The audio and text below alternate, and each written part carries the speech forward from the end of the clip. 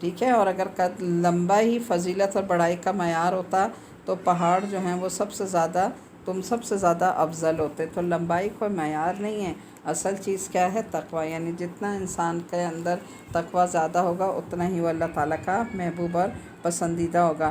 تو اکڑ کر چال چلنا جو ہے یہ اچھی بات نہیں ہے، یعنی تکبر کی علامت ہے، اور اللہ تعالیٰ تکبر کو پسند نہیں کرتے۔ تکبر کے بارے میں حدیث کا مفہوم ہمیں ملتا ہے کہ قیامت کے دن اللہ تعالیٰ کچھ لوگوں کو چیونٹیوں کی شکل میں اٹھائے گا، اور لوگ انہیں اپنے پاؤں کے نیچے روند روند کر گزر رہے ہوں گے۔ تو کہا گیا یہ وہ لوگ ہوں گے جو زمین پہ تکبر کیا کرتے تھے۔ تو اللہ کو تکبر اور غرور کسی حالت میں پسند نہیں ہے، کہ پیچھے ابھی ہم نے آیت پڑھی تھی نا کل کا، جب میں لیکچر آپ کو دے رہی تھی، تو اس میں کیا تھا کہ اللہ تعالیٰ نے انسان کو حقیقت یاد دلائی کہ تمہارا وجود ہے کیا، تمہیں تو ہم نے ایک ناپاک گندے پانی کی بوند سے پیدا کیا، یہ ہے تمہاری حقیقت، کس چیز پر تم اتراتے ہو؟ اس پر انسان اکڑتا ہے کہ میں پتہ نہیں کیا ہوں، میں دنیا کو جو ہے وہ کیا کر دوں گا، یا اس کے ساتھ یہ کر لوں گا، اس کے ساتھ۔ انسان کا وجود کچھ بھی نہیں ہے، ایک اللہ تعالیٰ کی طرف سے ذرا سی اللہ تعالیٰ کی طرف سے ایک جسے کہتے ہیں نا ایک وہی طاقت کا ذرا سا اللہ تعالیٰ مظاہرہ کر دے تو انسان کے ہوش ٹھکانے آ جاتے ہیں۔ تو کہا کہ کس چیز پر اتراتے ہو؟ تو اکڑ کے چال چلنا بھی جو ہے اللہ تعالیٰ کو ناپسند ہے۔ آگے دیکھیے آیت نمبر 39 ہے، اے پیغمبر صلی اللہ علیہ وسلم، یہ وہ حکمت کی باتیں ہیں جو تمہارے پروردگار نے تم پر وحی کے ذریعے پہنچائی ہیں۔ اب یہ ساری باتیں کہنے کے بعد اللہ تعالیٰ کیا کہہ رہے ہیں؟ یعنی اللہ تعالیٰ نے یہ سارے ہمیں پوائنٹ دے دیے زندگی کو بہتر گزارنے کے، اور ساتھ ہی کہا کہ یہ حکمت کی باتیں جو ہم تمہیں سکھا رہے ہیں۔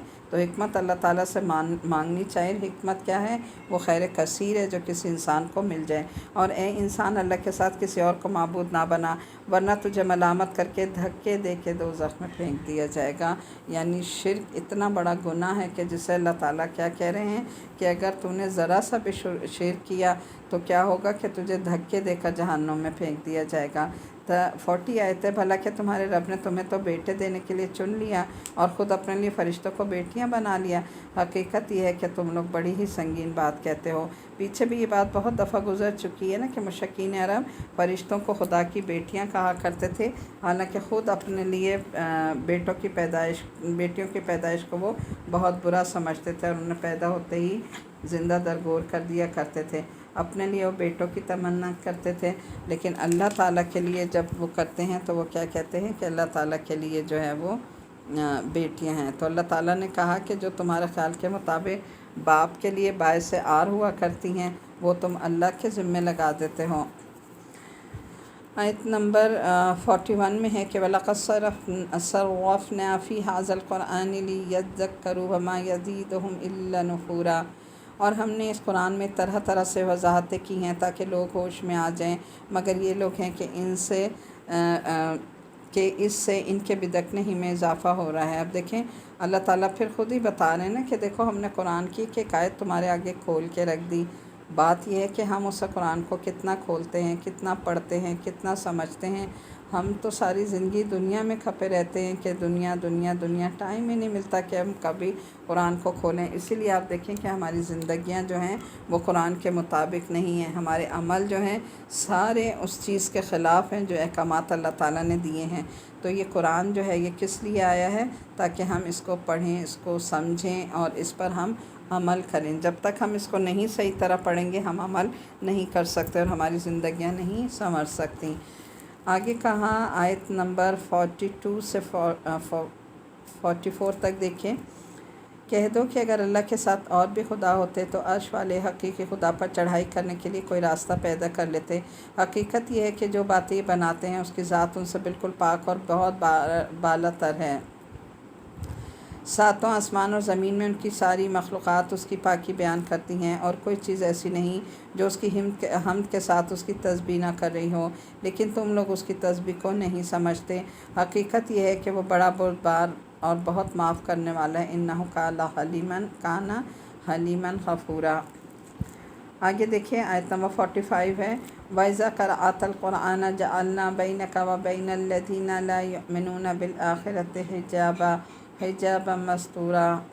اور اے پیغمبر صلی اللہ علیہ وسلم، جب تم قرآن پڑھتے ہو تو ہم تمہارے اور ان لوگوں کے درمیان جو آخرت پر ایمان نہیں رکھتے ایک اندیکھا پردہ حائل کر دیتے ہیں، اور ہم ان کے دلوں پر ایسا غلاف چڑھا دیتے ہیں کہ وہ اسے سمجھتے نہیں، اور ان کے کانوں میں گرانی پیدا کر دیتے ہیں۔ اور جب تم قرآن میں تنہا اپنے رب کا ذکر کرتے ہو تو لوگ نفرت کے عالم میں پیٹ پھیر کر چلے جاتے ہیں۔ ہمیں خوب معلوم ہے کہ یہ جب لوگ تمہاری بات کان لگا کر سنتے ہیں تو کس لیے سنتے ہیں، اور جب یہ آپس میں سرگوشیاں کرتے ہیں تو ان باتوں کا بھی پورا علم ہے۔ وَجَعَلْنَا قُلُوبَهُمْ آیت 46 اور 47 دیکھیں۔ وَجَعَلْنَا قُلُوبَهُمْ أَكِنَّةً أَن يَفْقَهُوا وَفِي آذَانِهِمْ وَقْرًا وَإِذَا ذَكَرْتَ رَبَّكَ فِي الْقُرْآنِ وَحْدَهُ وَلَّوْا عَلَىٰ أَدْبَارِهِمْ نُفُورًا۔ تو یہ لوگ نفرت کے عالم میں پیٹ پھیر کر چل دیتے ہیں۔ نَحْنُ أَعْلَمُ بِمَا يَسْتَمِعُونَ بِهِ إِذْ يَسْتَمِعُونَ إِلَيْكَ وَإِذْ هُمْ نَجْوَىٰ إِذْ يَقُولُ الظَّالِمُونَ إِن تَتَّبِعُونَ إِلَّا رَجُلًا مَّسْحُورًا۔ ہمیں خوب معلوم ہے کہ جب یہ لوگ تمہاری بات کان لگا کر سنتے ہیں تو کس لیے سنتے ہیں، جب یہ آپس میں سرگوشیاں کرتے ہیں تو ان باتوں کا بھی ہمیں پورا علم ہے۔ جب یہ ظالم اپنی برادری کے مسلمانوں سے یوں کہتے ہیں کہ تم تو بس ایک آدمی کے پیچھے چل پڑے ہو جس پر جادو ہو گیا ہے۔ نعوذ باللہ، بھی کس کو کہتے تھے جادوگر؟ نعوذ باللہ نبی کریم صلی اللہ علیہ وسلم کو یہ کہا کرتے تھے کہ اس پر جو ہے وہ جادو ہو گیا ہے، یہ جادوگر ہے۔ آگے دیکھیں،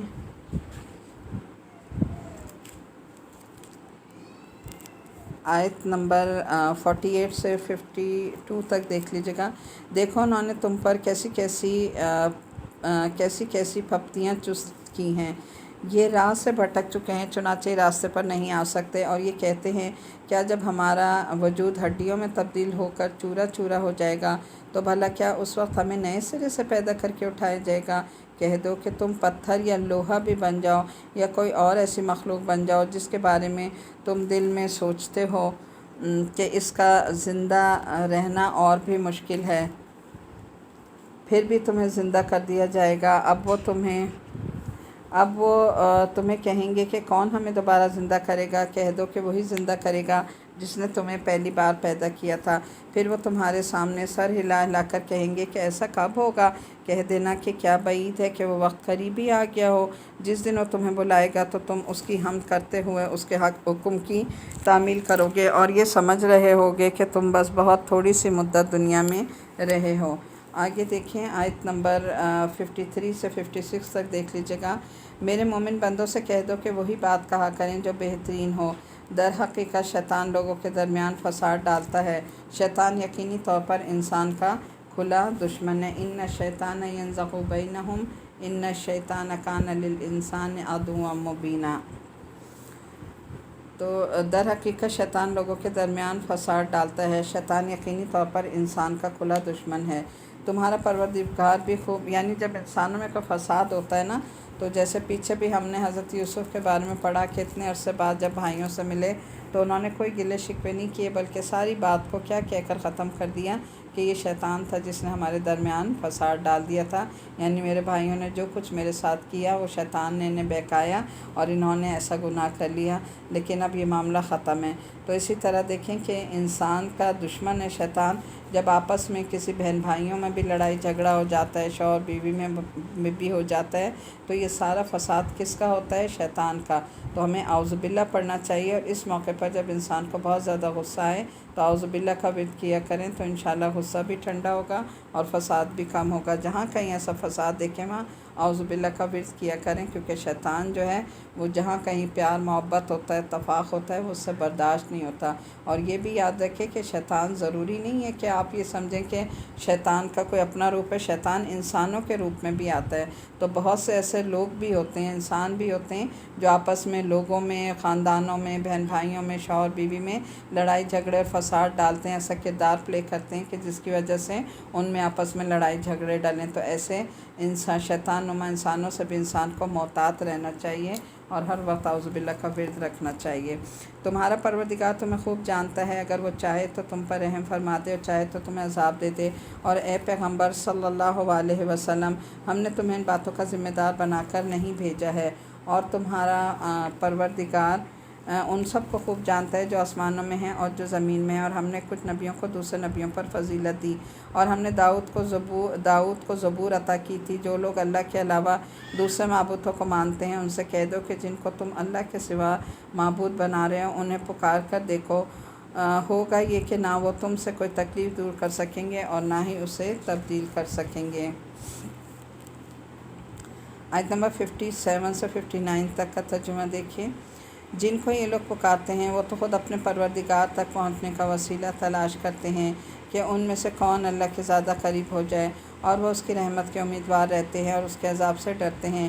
یقیناً تمہارے رب کا عذاب ہے ہی ایسی چیز جس سے ڈرا جائے، اور کوئی بستی ایسی نہیں جسے ہم قیامت سے پہلے ہلاک نہ کر دیں یا اسے سخت سزا نہ دیں، اور جسے ہم قیامت سے پہلے ہلاک نہ کریں اسے سخت عذاب نہ دیں۔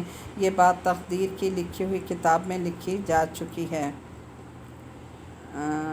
یہاں پر آپ تھوڑا سا دیکھ لیجیے گا، آیت نمبر 58 کی تفسیر دیکھ لیں۔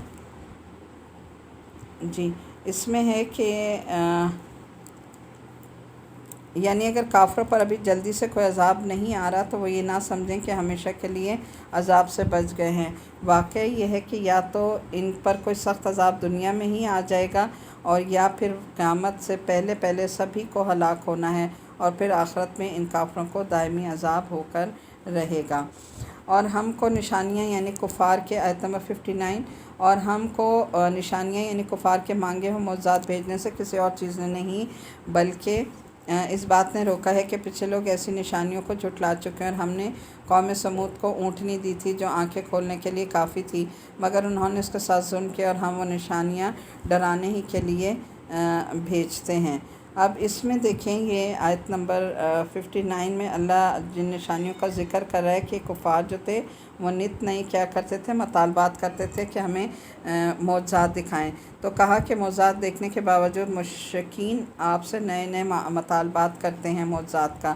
ان مطالبات کا جواب ہے کہ فرمایا جا رہا ہے کہ اللہ تعالیٰ کی سنت یہ ہے کہ جب کافروں کی کوئی فرمائشی معجزہ دکھا بھی دیا جاتا ہے اور وہ اس کے باوجود ایمان نہیں لاتے تو پھر اللہ انہیں عذاب سے ہلاک کر دیتا ہے، جس کی مثال جو ہے وہ قوم سمود کی تھی نا، کہ جنہوں نے اپنے پیغمبر سے کیا فرمائش کی تھی کہ پہاڑ سے اونٹنی نکال کے دکھاؤ نا تو ہم ایمان لائیں گے، اور جب وہ اونٹنی سچ مچ نکل آئی تو یہ پھر بھی نہیں مانے، تو پھر اللہ نے ان پر عذاب بھیجا تھا۔ کون سا عذاب بھیجا تھا؟ 3 دن کا عذاب بھیجا تھا، جس میں 3 دن میں ساری قوم کو تباہ و برباد کر دیا تھا۔ تو اس لیے فرمایا کہ پچھلی قوموں نے جھٹلایا تھا، چونکہ ابھی ان کو ہلاک کرنا اللہ تعالیٰ کی حکمت کو منظور نہیں، اس لیے فرمائشی معجزات نہیں دکھائے جا رہے۔ اور پیچھے بھی کہا گیا کہ پیغمبر اللہ تعالیٰ نے کہا اس لیے نہیں آتے کہ وہ تمہاری فرمائشوں پر تمہیں معجزات دکھاتے رہیں، بلکہ وہ تو اپنا دین کا کام کرنے آتے ہیں اور وہ کر کے وہ چلے جائیں گے۔ آیت نمبر 60 دیکھیے، رہے پیغمبر صلی اللہ علیہ وسلم وہ وقت یاد کرو جب ہم نے کہا تھا کہ تمہارا پروردگار اپنے علم سے تمام لوگوں کا احاطہ کیے ہوئے ہے، اور ہم نے جو نظارہ تمہیں دکھایا ہے اس کو ہم نے کافر لوگوں کے لیے بس ایک فتنہ بنا دیا، نیز اس درخت کو بھی جس پر قرآن میں لعنت آئی ہے، اور ہم تو ان کو ڈراتے رہتے ہیں لیکن اس سے ان کی سخت سرکشی ہی میں اضافہ ہوتا ہے۔ اچھا آگے دیکھیں آیت نمبر اب یہاں سے جو ہے آیت نمبر 62 سے ایک اہم واقعہ شروع ہو رہا ہے، اور وہ کس کا ہے؟ جیسے پیچھے ایک ہم نے حضرت آدم ان کا اللہ تعالیٰ کی اور جو ابلیس تھا شیطان اس کی ایک کنورسیشن تھی جس کو ہم نے سنا۔ اب آج یہ سورہ بنی اسرائیل میں پھر اللہ تعالیٰ جو ہے ایک اسی طرح کی گفتگو پیش کر رہے ہیں۔ اس میں جو ہے اللہ کے درمیان اور شیطان کے درمیان کیا گفتگو ہوئی تھی اس کے بارے میں بتایا جا رہا ہے۔ اور یہ دیکھیں اسے غور سے عربی میں بھی پڑھا کریں اور ترجمہ بھی، تو انشاءاللہ آپ کے لیے انٹرسٹنگ بھی ہوگا اور آپ کو پتہ چلے گا کہ اللہ تعالیٰ نے جو ہے کھول کے ہمیں کس طرح بتایا تھا کہ شیطان انسان کا دشمن ہے۔ آیت نمبر 62 سے لے کے آپ 66 تک دیکھیں۔ وَإِذْ قُلْنَا لِلْمَلَائِكَةِ اسْجُدُوا لِآدَمَ فَسَجَدُوا إِلَّا إِبْلِيسَ قَالَ أَسْجُدُ لِمَنْ خَلَقْتَ طِينًا قَالَ أَرَأَيْتَكَ هَٰذَا الَّذِي كَرَّمْتَ عَلَيَّ لَئِنْ أَخَّرْتَنِي إِلَىٰ يَوْمِ الْقِيَامَةِ لَأَحْتَنِكَنَّ ذُرِّيَّتَهُ إِلَّا قَلِيلًا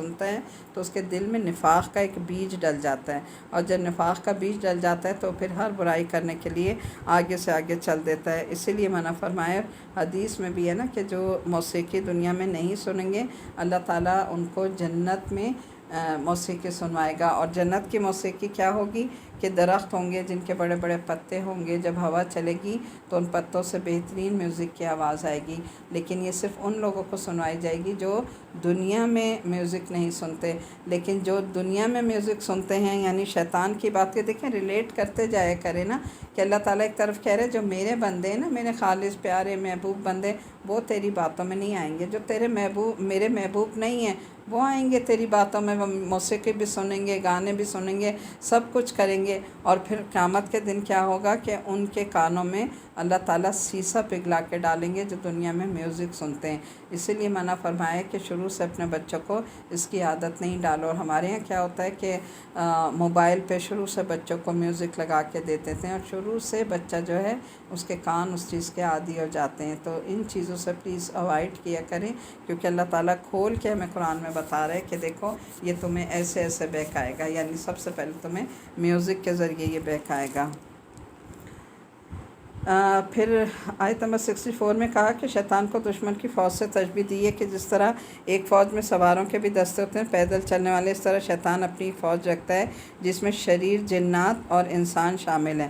ٹھیک ہے، یہ وہی بات آ گئی کہ جنات جو ہوتے ہیں اپنے ساتھ انسانوں کو بھی ملا لیتے ہیں، اور بعض دفعہ انسان جو ہیں وہ شیاطین سے بھی بڑھ جاتے ہیں، ایسا پارٹ پلے کرتے ہیں کہ بڑے بڑے بڑے گھروں کو اجڑوا دیتے ہیں۔ تو ایسے انسانوں سے بھی ہمیں پناہ مانگنی چاہیے، اور ایسے انسانوں سے بھی جو ہے دور رہنا چاہیے۔ یہ سب مل کر انسانوں کو بہکانے میں شیطان کی مدد کرتے ہیں، یعنی دونوں مل کر، شیطان اور انسان دونوں مل کر انسانوں کو بہکاتے ہیں۔ 64 میں ہے کہ جب کوئی شخص اپنے مال و دولت اور اولاد کو اللہ کے احکام کے خلاف حاصل کرتا یا انہیں ناجائز کاموں میں استعمال کرتا ہے تو اس کا مطلب یہ ہے کہ اس نے مال اور اولاد میں شیطان کا حصہ لگا لیا ہے۔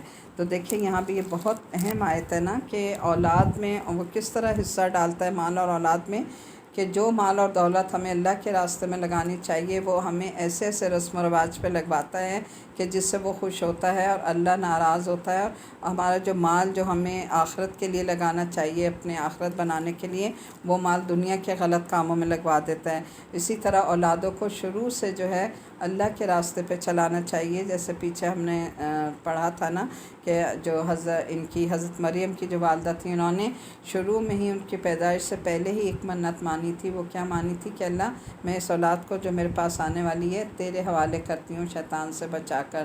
تو شروع سے ماں باپ کو چاہیے کہ اپنی اولادوں کو اللہ کے حوالے کریں، یہ منت مانیں کہ جو اولاد ہوگی اس کو شیطان سے بچا کے اللہ کے حوالے کریں گے، اور بچپن سے ان کی ایسی دینی تربیت کریں کہ وہ اللہ سے جڑ جائیں، اپنے دین کو پہچانیں، اپنے اسلام کو پہچانیں، نہ کہ شیطان کو۔ تو جب ہم اپنی اولادوں کو شیطان کے راستے پہ ڈال دیتے ہیں، شروع سے انہیں میوزک سنوانا، کارٹون دکھانا، یہ ساری چیزیں، تو ہم اپنے ہاتھوں سے بڑے پیار سے اپنے بچے کو گود میں لے کر شیطان کے حوالے کر رہے ہوتے ہیں، اس کے گود میں ڈال رہے ہوتے ہیں، اور پھر اس کے ہم قصوروار خود ہوتے ہیں۔ تو کہا کہ شیطان اس طرح اولادوں کو جو ہم سے لے لے گا اور پھر ہمارے ہاتھ میں کچھ بھی نہیں رہے گا۔ تو شروع سے اپنی اولادوں کو اللہ کی بات بتائیں، اللہ سے جوڑیں، دین سے جوڑیں، دین کی باتیں بتائیں، ایسی مجالس میں جائیں، ایسی مجالس میں بچوں کو لے کر بیٹھیں جہاں دین کی باتیں بتائی جاتی ہیں، اور ان کی دینی تربیت کریں تاکہ شیطان کا ان کے اوپر وار نہ چلے۔ چھوٹی چھوٹی دعائیں سکھائیں، سنتیں سکھائیں، جتنا ان کو سنتوں کا عادی کریں گے اتنا ہی انشاءاللہ اولادیں جو ہیں وہ کس سے دور رہیں گی؟ شیطان سے دور رہیں گی۔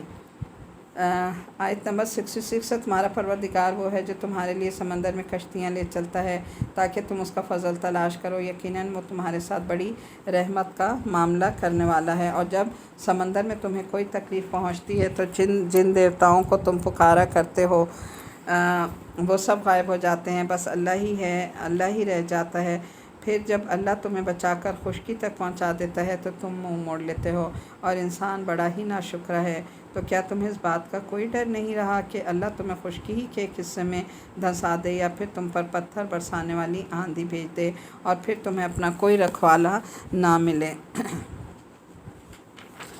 آیت نمبر 69 سے دیکھ لیجیے گا 72 تک۔ اور کیا تم اس بات سے بے فکر ہو گئے ہو کہ وہ تمہیں دوبارہ اسے سمندر میں لے جائے، پھر تمہیں ہوا کا طوفان بھیج کر تمہاری ناشکری کی سزا میں تمہیں غرق کر ڈالے، پھر تمہیں کوئی نہ ملے اور جس معاملے میں ہمارا پیچھا کر سکے؟ اور حقیقت یہ ہے کہ ہم نے آدم کی اولاد کو عزت بخشی ہے۔ وَلَقَدْ كَرَّمْنَا بَنِي آدم وَحَمَلْنَاهُمْ فِي الْبَرِّ وَالْبَحْرِ وَرَزَقْنَاهُمْ مِنَ الطَّيِّبَاتِ وَفَضَّلْنَاهُمْ عَلَىٰ كَثِيرٍ مِّمَّنْ خَلَقْنَا تَفْضِيلًا۔ اور